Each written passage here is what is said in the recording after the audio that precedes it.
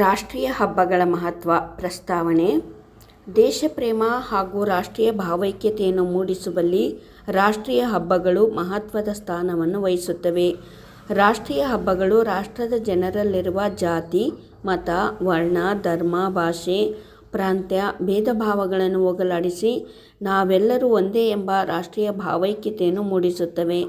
ಆದ್ದರಿಂದ ರಾಷ್ಟ್ರೀಯ ಹಬ್ಬಗಳನ್ನು ಬಹು ವಿಜೃಂಭಣೆಯಿಂದ ಆಚರಿಸಬೇಕು. ವಿಷಯ ನಿರೂಪಣೆ.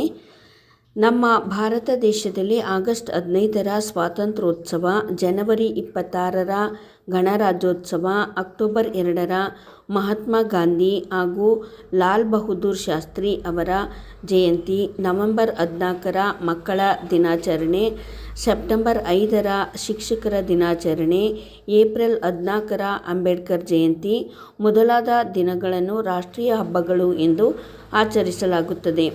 ರಾಷ್ಟ್ರದಲ್ಲಿ ವಾಸಿಸುವ ಜನರೆಲ್ಲರೂ ಒಗ್ಗೂಡಿ ಆಚರಿಸಬೇಕಾದ ಹಬ್ಬದ ದಿನಗಳಿವು. ನಮ್ಮ ದೇಶದ ಸ್ವಾತಂತ್ರ್ಯಕ್ಕಾಗಿ, ರಕ್ಷಣೆಗಾಗಿ, ಏಳಿಗೆಗಾಗಿ ದುಡಿದ ಮಹನೀಯರನ್ನು ಸ್ಮರಿಸುವ ದಿನಗಳಿವು. ನಮ್ಮ ಹಿರಿಯರ ತ್ಯಾಗ, ಬಲಿದಾನಗಳ ಮಹತ್ವವನ್ನು ಅರಿಯುವ ದಿನಗಳಿವು. ಮುಂದಿನ ಜನಾಂಗಕ್ಕೆ ನಮ್ಮ ದೇಶದ ಸಮಗ್ರತೆ ಮತ್ತು ಏಕತೆಯನ್ನು ಕಾಪಾಡುವಂತೆ ದೀಕ್ಷೆ ಕೊಡುವ ದಿನಗಳಿವು.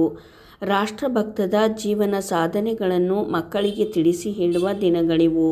ನಮ್ಮ ದೇಶವನ್ನು ಸಂರಕ್ಷಣೆ ಮಾಡುವ ವೀರ ಸೈನಿಕರಿಗೆ ಗೌರವ ಸೂಚಿಸುವ ದಿನಗಳಿವು. ಪ್ರತಿಯೊಬ್ಬ ಭಾರತೀಯನು ಸಂಭ್ರಮದಿಂದ ಭಾಗವಹಿಸಿ ತನ್ನ ದೇಶಪ್ರೇಮವನ್ನು ಜಗತ್ತಿಗೆ ಸಾರುವ ಸುದಿನಗಳಿವು. ರಾಷ್ಟ್ರೀಯ ಹಬ್ಬಗಳು ಶಾಲಾ, ಕಾಲೇಜು, ಸರ್ಕಾರಿ ಕಚೇರಿಗಳಲ್ಲಿ ಮಾತ್ರ ಆಚರಿಸುವ ಹಬ್ಬಗಳಾಗಬಾರದು. ಪ್ರತಿ ಮನೆ, ಗ್ರಾಮ, ಪಟ್ಟಣ, ನಗರಗಳಲ್ಲಿ ಜಾತಿ, ಮತ, ವರ್ಣ, ಧರ್ಮ, ಭಾಷೆ, ಪ್ರಾಂತ್ಯ ಭೇದಭಾವಗಳಿಲ್ಲದೆ ಆಚರಿಸುವ ಪ್ರಮುಖ ಹಬ್ಬವಾಗಬೇಕು. ಆಗ ಮಾತ್ರ ನಾವೆಲ್ಲರೂ ಒಂದೇ ಎಂಬ ರಾಷ್ಟ್ರೀಯ ಭಾವೈಕ್ಯತೆಯು ಮೂಡಲು ಸಾಧ್ಯವಾಗುತ್ತದೆ. ಉಪಸಂಹಾರ. ಒಂದೆಡೆ ಸೇರಿ ಪರಸ್ಪರ ಶುಭಾಶಯಗಳನ್ನು ವಿನಿಮಯ ಮಾಡಿಕೊಳ್ಳಬೇಕು. ಪ್ರತಿಯೊಬ್ಬರ ಮನಗಳಲ್ಲೂ ಹಬ್ಬದ ಸಂಭ್ರಮವಿರಬೇಕು. ನಾವು ಆಚರಿಸುತ್ತಿರುವ ದಿನಗಳ ಮಹತ್ವದ ಬಗ್ಗೆ ಎಲ್ಲರಿಗೂ ಅರಿವು ಮೂಡಿಸಬೇಕು. ನಮ್ಮ ದೇಶದ ಸ್ವಾತಂತ್ರ್ಯ ಹೋರಾಟಗಾರರ ಬಗ್ಗೆ ಅಭಿಮಾನ ಮೂಡುವಂತೆ ಕಾರ್ಯಕ್ರಮಗಳನ್ನು ಹಮ್ಮಿಕೊಳ್ಳಬೇಕು. ಪ್ರಬಂಧ. ಗ್ರಂಥಾಲಯಗಳ ಮಹತ್ವ. ಪೀಠಿಕೆ ಅಥವಾ ಪ್ರಸ್ತಾವನೆ. ಗ್ರಂಥಾಲಯಗಳು ಜ್ಞಾನದ ದೇಗುಲಗಳು.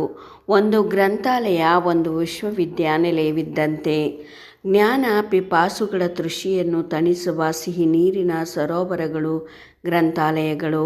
ಗ್ರಂಥಾಲಯಗಳು ಕೇವಲ ಪುಸ್ತಕ ಭಂಡಾರವಲ್ಲ, ಪೀಳಿಗೆಯಿಂದ ಪೀಳಿಗೆಗೆ ಜ್ಞಾನವನ್ನು ಹಂಚುವ ಮಹತ್ತರವಾದ ಕಾರ್ಯಗಳನ್ನು ಗ್ರಂಥಾಲಯಗಳು ಮಾಡುತ್ತವೆ. ವಿಷಯ ನಿರೂಪಣೆ.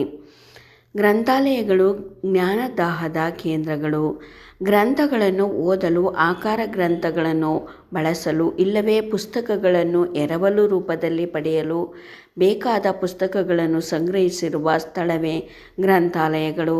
ಮಧ್ಯಯುಗದಲ್ಲಿ ಗ್ರಂಥಾಲಯಗಳು ಕಾಣಿಸಿಕೊಂಡವು. ಗ್ರಂಥಾಲಯಗಳಲ್ಲಿ ಅನೇಕ ಭಾಷೆಗಳಿಗೆ, ಅನೇಕ ವಿಷಯಗಳ ಪುಸ್ತಕಗಳಿಗೆ ಸಂಬಂಧಿಸಿದ ಪುಸ್ತಕಗಳು ದೊರೆಯುತ್ತವೆ. ಹಿಂದಿನ ಕಾಲದಲ್ಲಿ ಗ್ರಂಥಾಲಯಗಳು ಇಲ್ಲದಿದ್ದರಿಂದ ಜ್ಞಾನವನ್ನು ಸಂಪಾದಿಸಲು ಕಷ್ಟಪಡಬೇಕಾಗಿತ್ತು. ಈಗ ನಮಗೆ ಬೇಕಾದ ವಿಷಯಗಳನ್ನು ಅಧ್ಯಯನ ಮಾಡಲು ನಮಗೆ ಬೇಕಾದಾಗ ಹೋಗಿ ಬಹು ಸುಲಭವಾಗಿ ಜ್ಞಾನ ಸಂಪಾದನೆಯನ್ನು ಮಾಡಬಹುದು. ಕೆಲವರಿಗೆ ಹಣ ಕೊಟ್ಟು ಪುಸ್ತಕಗಳನ್ನು ಕೊಂಡುಕೊಳ್ಳಲು ಸಾಧ್ಯವಾಗುವುದಿಲ್ಲ. ಅಂಥವರು ಗ್ರಂಥಾಲಯಗಳಲ್ಲಿ ಪುಸ್ತಕಗಳನ್ನು ತೆಗೆದುಕೊಂಡು ಅಧ್ಯಯನ ಮಾಡಿ ಹಿಂತಿರುಗಿಸಬಹುದು. ಲೇಖಕರಿಗೂ, ಸಂಶೋಧಕರಿಗೂ, ವಿದ್ಯಾರ್ಥಿಗಳಿಗೂ ಗ್ರಂಥಾಲಯಗಳು ಬಹಳ ಉಪಯೋಗವಾಗುತ್ತವೆ.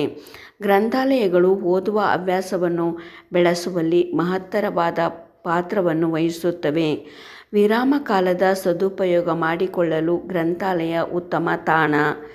ಸರ್ಕಾರವು ಸಾರ್ವಜನಿಕ ಗ್ರಂಥಾಲಯಗಳನ್ನು ಗ್ರಾಮ ಪಂಚಾಯಿತಿ ಮಟ್ಟದಿಂದ ರಾಜ್ಯ ಮಟ್ಟದವರೆಗೂ ಸ್ಥಾಪಿಸಿ ಉಚಿತವಾಗಿ ಜನರಿಗೆ ಪುಸ್ತಕಗಳನ್ನು ಓದಲು, ಎರವಲು ಪಡೆಯಲು ಅವಕಾಶ ಮಾಡಿಕೊಟ್ಟಿದೆ.